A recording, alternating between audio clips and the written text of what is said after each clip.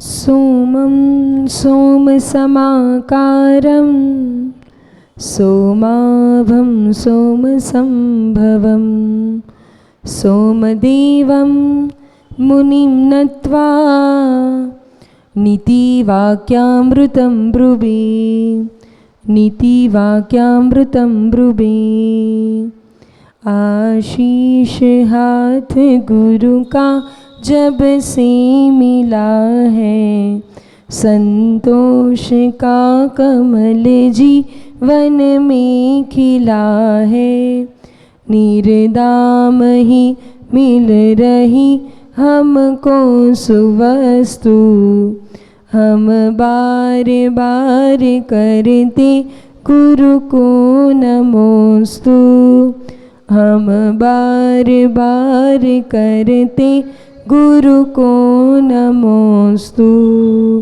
देवाधिदेव गजराज श्री महावीर भगवान की, 24 तीर्थंकर भगवान की, परम पूज्य मुनिकुंज ज्येष्ठाचार्य श्री आदि सागर जी महावीर कीर्ति आचार्य विमल सागर जी महाराज की, आचार्य युगश्रेष्ठ तपस्वी सम्राट श्री सन्मति सागर जी महाराज की, परम पूज्य मम दिव्य शक्ति गुरु श्रेष्ठ चर्या चक्रवर्ती आचार्य भगवान श्री सुनील सागर जी गुरुदेव की, आरिकामाशी सुदृढ़मती माता जी की।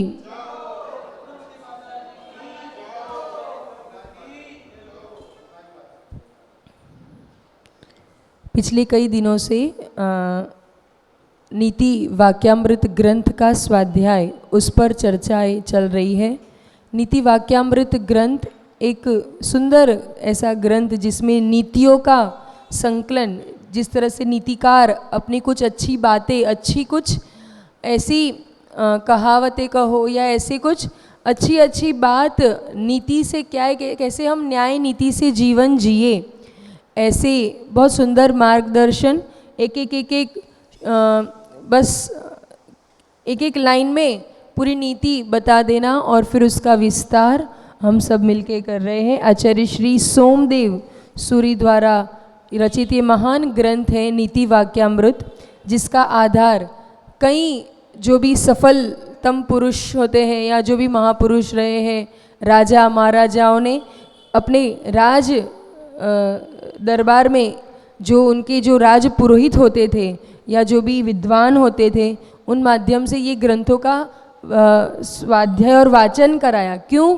ताकि जो राजा स्वयं भी उसके अपने कर्तव्य और फिर प्रजा के प्रति राजा के कैसे कर्तव्य, प्रजा को कैसे जीना चाहिए, मेरा जो राज्य है उसके अंतर्गत धर्म अर्थ काम और मोक्ष पुरुषार्थ ये कैसे, तो पहले वो राजा राज्य के हिसाब से करता था। अब हमें अगर अभी के वर्तमान परिस्थिति में देखें तो हमारे घर परिवार समाज राष्ट्र में व्यक्ति, निजी व्यक्ति के रूप में हमारा जीवन किस रूप से होना चाहिए, ताकि हमारे चारों पुरुषार्थ न्याय नीति से और अच्छी तरह से हम उसका पालन करते हुए फिर हम कोई भी सफलता को प्राप्त कर सकते हैं। प्रारंभ करेंगे आगे। एक बहुत सुंदर नीति आपके बीच, और इस ग्रंथ का ऐसा कोई क्रम से कोई मतलब नहीं है, मतलब अपन क्रम से तो चला आ रहा है, लेकिन अगर आप अभी भी इसको सुनोगे तो कुछ नई बात मिलेंगी, क्योंकि हर नीति कुछ नई नई बातें करते हुए, कुछ नई नई संदेश और उपदेश देते हुए हमें मार्गदर्शन करती है। तो चलते हैं आगे की जो अच्छी सुंदर नीति हमें आचार्य भगवान बताते हैं कि अन्याय से कैसे कोई भी व्यक्ति, कोई भी जीव अन्याय के साथ कोई भी प्रवृत्ति करता है तो उसे सुख कहो लाभ कहो वो तो लेश मात्र होता है, थोड़ा सा होता है, और उसके पीछे हानि यानी नुकसान बहुत अधिक हुआ करता है। तो ऐसी एक बहुत सुंदर नीति बताते हुए आचार्य सोमदेव सूरी कहते हैं, इदमिह परमाश्चर्यम यदन्याय सुख सुखल वादिहामुत्र चान वर्धि दुखानुबंधः। इदमिह परमाश्चर्यम यदन्याय सुख लवादिहामुत्र चान वर्धिदुः खानुबंधः। यानी इह यानी इस लोक में परम आश्चर्यम महान आश्चर्य है कि सुख लवात, लवात मतलब थोड़ा सा, सुख कैसा है? थोड़ा सा सुख और अन्याय से होने वाला दुखानुबंध, दुख का संबंध, अनवधि मतलब किसी उसकी अवधि निश्चित नहीं है, कितना दुख मिलेगा, कितने समय तक मिलेगा, मतलब अपार, बहुत लंबे समय तक दुख अपार, इहलोक एवं परलोक, इस लोक और परलोक में भी, किम अधिक आश्चर्य, मतलब इससे अधिक आश्चर्य और क्या हो सकता है। तो यहाँ कहना चाहते हैं कि जिस अन्याय के कारण, जो भी हम अन्याय मतलब विपरीत भावों से, अन्याय से हम कोई भी धन उपार्जन करते या कुछ भी उपलब्ध कर लेते हैं, उसके पीछे सुख तो बहुत थोड़ा होता है और इस लोक में और परलोक में दोनों में ही अपार दुख होता है। तो इस ऐसे में भी उस धन का अपन लोभ करते रहे या कोई भी अनीति से कोई भी कार्य करने के पीछे दौड़ते रहे, तो इसमें कितना बड़ा आश्चर्य है। आचार्य भगवान स्वयं आश्चर्य करते हैं कि कहो कितनी मूर्खता है कि हम जानते हैं कि इसके कारण हमें दुख होने वाला है। ऐसा लगता है ना, ये इस नीति के आधार से अपन देखते हैं तो आज वर्तमान की परिस्थिति में हमें ऐसा होता है ना कि क्या फर्क पड़ता है, कैसे भी करके हमें लाभ होना चाहिए, एक भावना बनी रहती है। कोई भी जीव अन्याय पूर्वक प्रवृत्ति कब करता है? कोई भी जीव अन्याय से कोई भी प्रवृत्ति अन्याय कब करता है?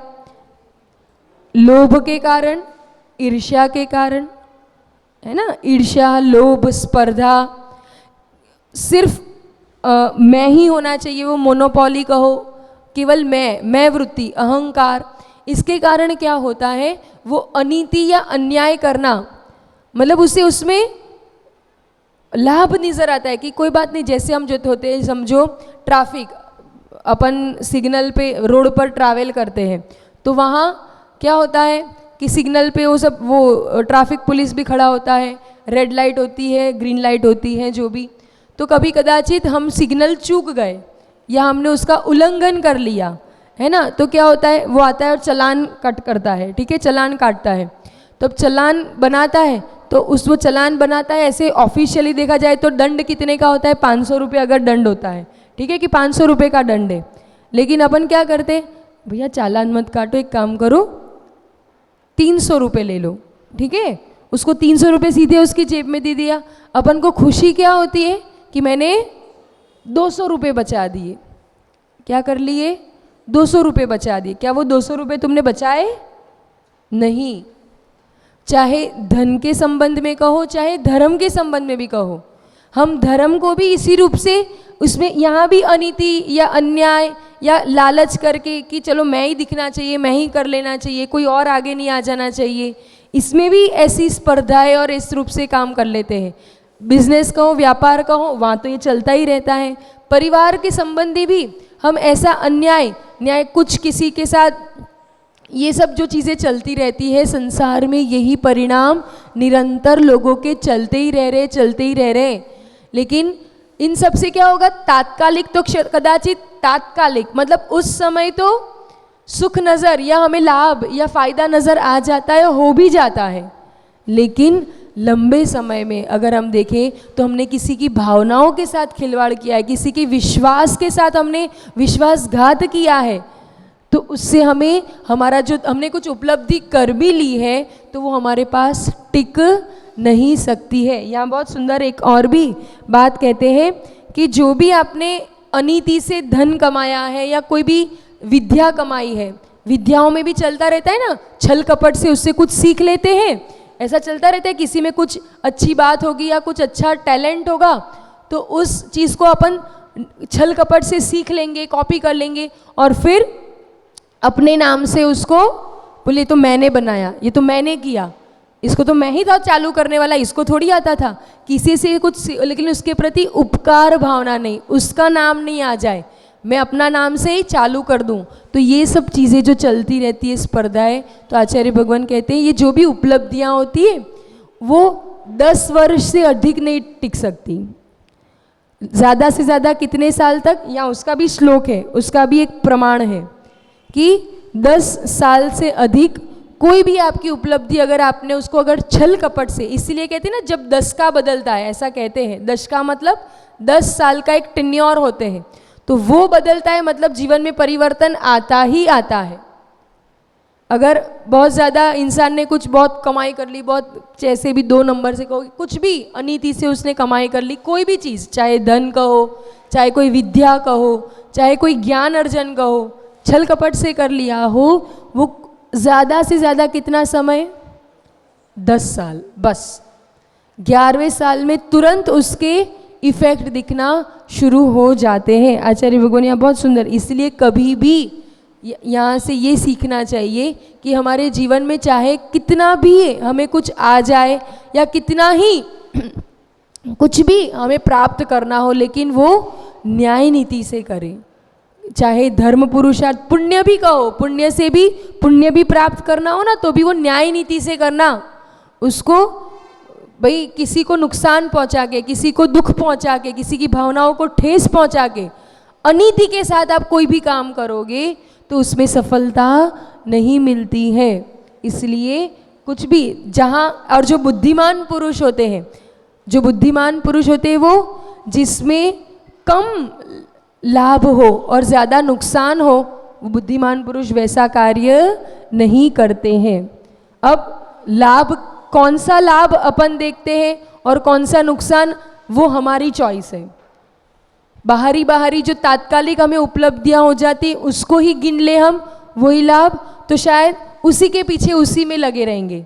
और जो लंबी सोच रखता है, जिसे इस भव और आगे की भव की चिंता है, जिसे अपने आत्म धर्म की चिंता है कि वास्तविक में ये मैं कर भी लूँगा तो अभी तो मुझे कुछ बढ़ जाएगा, कुछ मिल जाएगा, लेकिन मेरी आत्मा का क्या नुकसान, इतनी कषाय, इतनी ये जो दुराभाव है, विपरीत भाव है, विभाव है, उसमें परिणति करके, क्योंकि ईर्ष्या, लोभ, ये कषाय, ये क्या है, मेरा स्वभाव थोड़ी है, ये सारे मेरे विभाव है। तो इन विभाव के कारण अगर मैं कुछ भी करूँगा तो मुझे विपरीतता ही मिलेगी, दुख ही मिलेगा मुझे। कभी फिर ऐसा देखना, इसका परिणाम यही होता है कि अगर आप किसी के साथ छल कपट करते हो 1 बार, 2 बार, 3 बार, तो वो आपके विश्वास कर लेगा, आपका काम सध जाएगा।